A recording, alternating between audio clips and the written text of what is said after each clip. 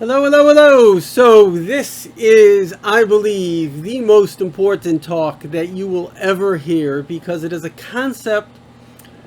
A very great man who became Chabad, he told me that a Rebbe, these are the great saints and scholars said, those who know what Moshiach is don't say.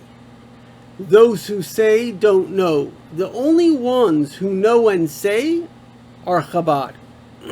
That wasn't just Chabad, like the Rebbes of Chabad, the great saints.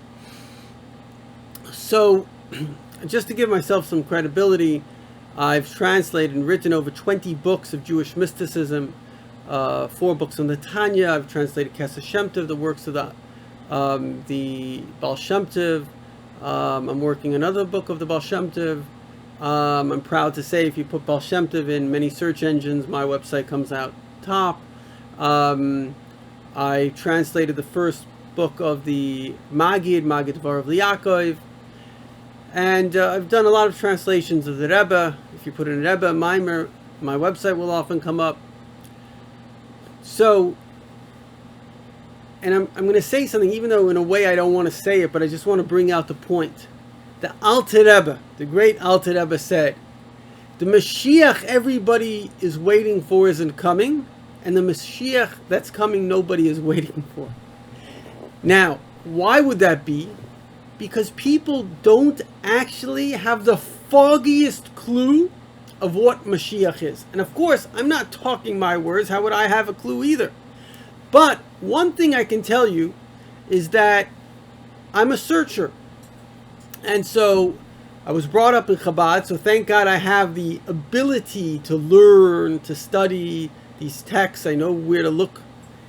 And at the same time, after the Rebbe went to higher realm on the 3rd of Tammuz, I lost faith. And I went searching, what's the truth? I looked at different religions, and I looked at, philosophy. Nothing really adds up. Just to be perfectly frank, Reform, I was actually learning with a Reform rabbi in Yale. So the basis of Reform is that any rabbi can say whatever he wants. So it's ridiculous. Conservative is just like a step, kind of between Reform and Orthodox. Again, it's ridiculous. Whatever philosophy, it's meaningless stuff. So eventually I gave up. Okay, it's a rat race. What can you do? But then, with God's help, I found a book called Shara B'Tochen, The Gateway to Trust. It built a trust in God in me.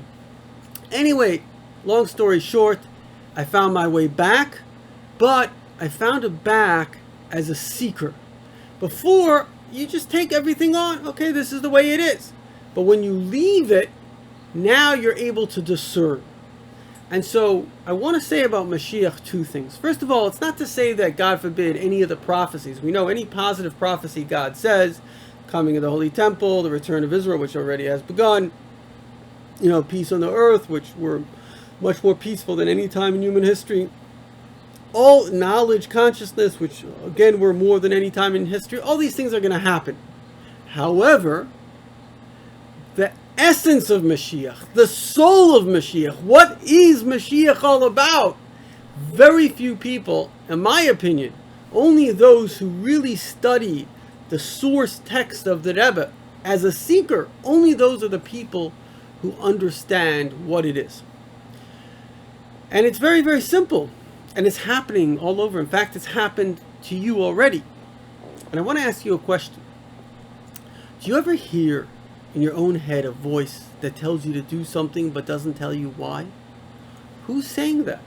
Where does that voice come from? Voice is actually energy.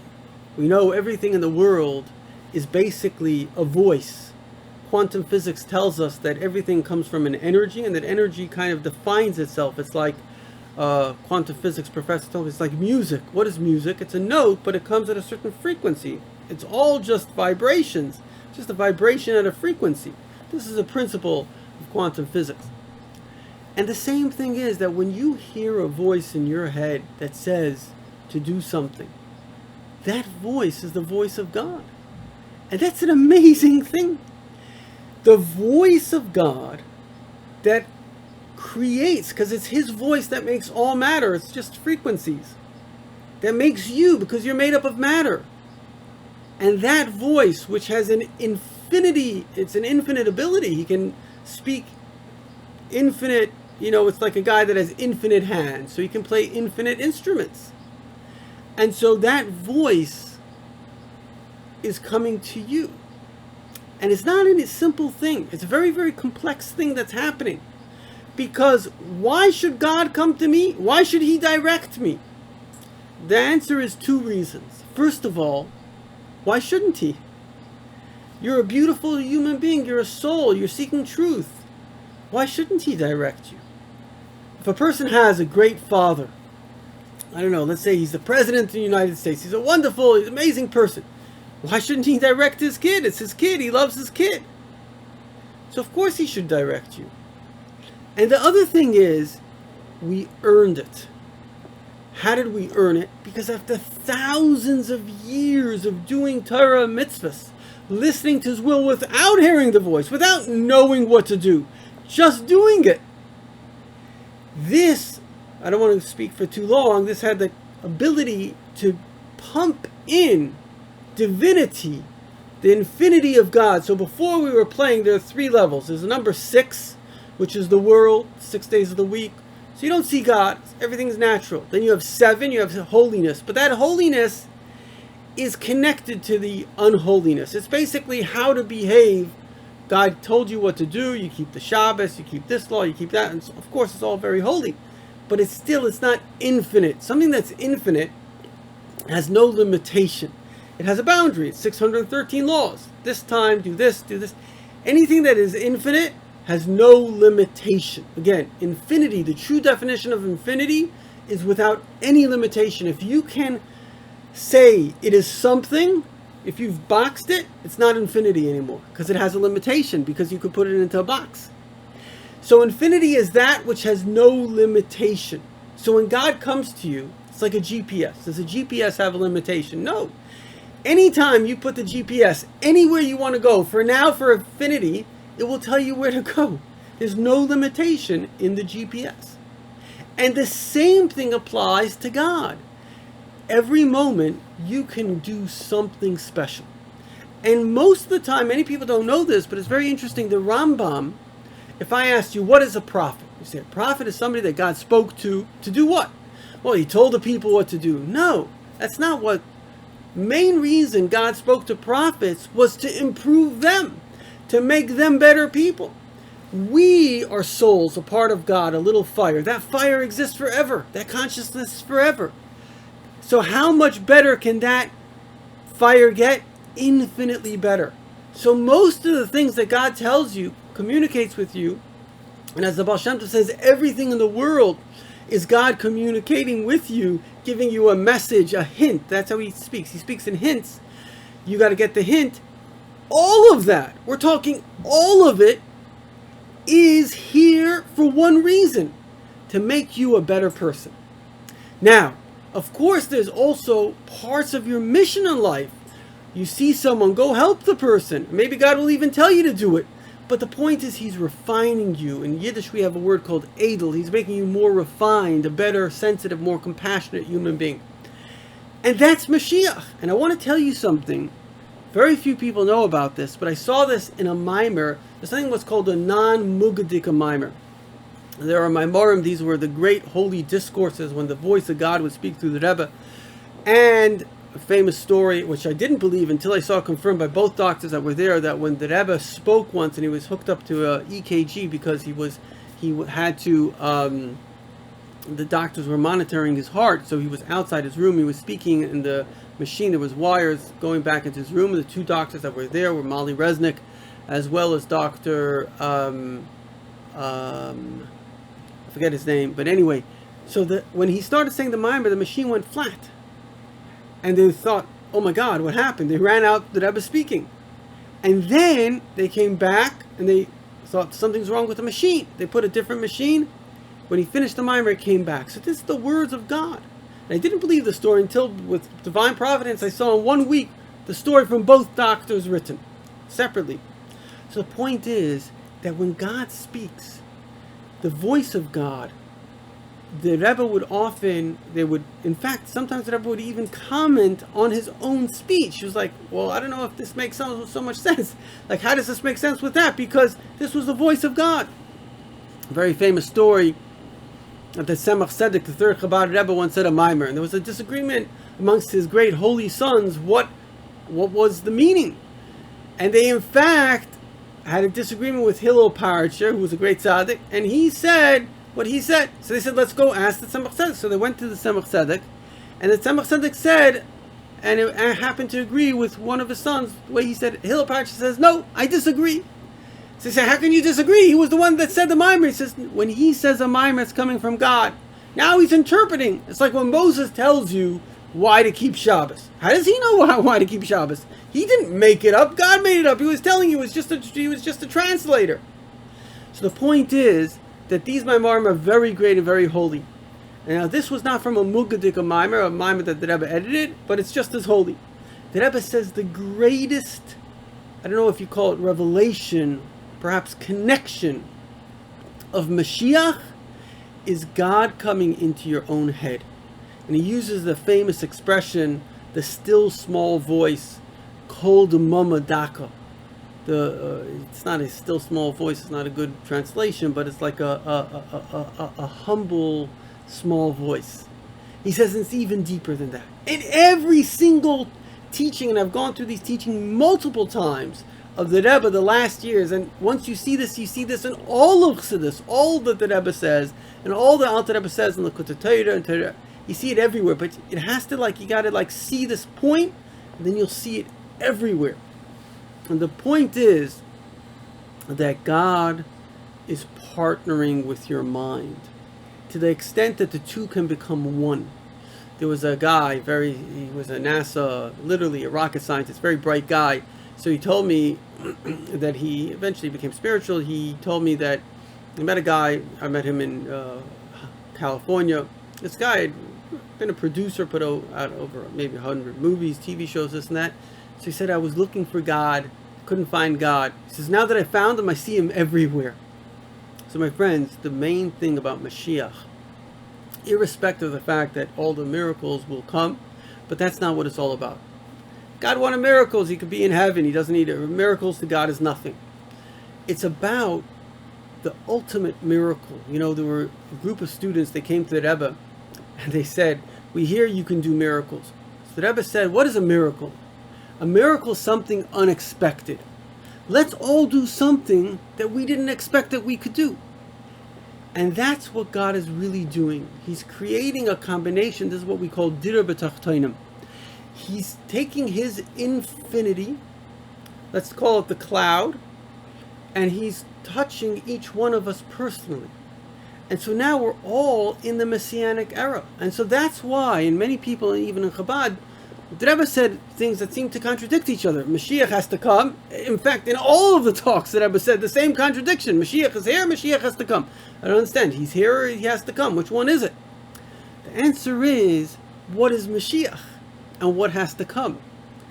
If you understand the spiritual dimension of Mashiach, that it's the voice of God, that it has come, it is here. In fact, when God made the world, it says the Spirit of God, Ruach Shel Mashiach, was hovering over the water. It was always here. I didn't have access to it. You didn't have access to it. The Rebbes had access to it, but now we do have access to it. And 64% of the world believe they have a personal connection to God. 64% of the world isn't crazy. Because it's real. God is here. Mashiach is here. It's real. It's a spirit. It's the Spirit of God connecting. That's what it says. Eshbeichas Ruchi, I will pour my spirit on all flesh. That's what's happening. And each and every one of us, whether you're a Jew or a Gentile, it comes from, as the Alter Rebbe says in Tanya, kind of from the excess spirit that God gives the Jewish people from all the work that they've done. It goes to the whole world because infinity is not limited. It can embrace everyone. In fact, it will embrace everything. Even a rock, a plant, everything that has a consciousness will be connected to God soon. Or is already connected or is being connected. And remember, it's an infinite process. You can always grow more. So my friends, it's unbelievable. But at the same time, we can't live just in nirvana. We have to understand that there is suffering in the world, and that we have to work on alleviating the suffering. We have to do everything we can, but we can do it with confidence, because this was all a 6,000-year progression. We went from kind of Garden of Eden to being kicked out to being a kind of a world filled with rape and hate and theft and violence, and then God made the flood, and then people weren't, I mean, they structured themselves a little better. They made the Tower of Babel, but that wasn't pleasing to God, so he spread out people. Then you have Abraham, and Abraham comes and he says, guys, not only is there a God, he wants goodness and kindness. And then the Jews go to Egypt, and people are basically, they have these kind of city-states, and they're busy warring with each other. And then God gives them the Torah. He shows them how to create a good country. And then they interact with the different civilizations. And eventually you have Christianity and Islam, and they spread the ideals. Remember, there's a very big thing. Because, you know, the Torah often speaks about how bad idol worship is. So what's so bad about idol worship? The answer is because the idol, people were sacrificing their children to the idol. What's the notion of idol worship? It's if I sacrifice to it, it will give to me. But God is different. God says, I want you to be good. I want you to do good. I will reward you for being good. It's a different reality. And so you see, that's why the God of the Bible is so important. And that's why, unfortunately, if people, if people lose this notion of the biblical wisdom, that's how the Nazis became savages. They were very bright people. They went to university, they were doctors, but they were so clever, like the stupid left of today. We're so clever, we don't believe in God. You became mass murderers. The left of today, they're murderers. Letting baby die, killing the 9-month-old. What are you? You're evil. It's pure evil. But this is what happens because you don't have a good God. You have nothing guiding you. So one guy gets up, and he's a megalomaniac. So he thinks everything he says is true. Everybody follows him like sheep to the slaughter.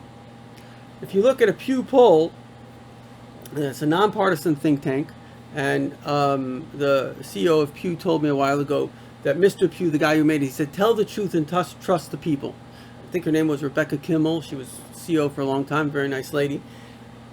So this is very objective stuff. They do it year after year. There are 4 kinds of, if you want to call it conservatives, Republicans, 4 kinds of Democrats, if you want to call it liberals. And 10% of the country is like they don't get involved in politics at all.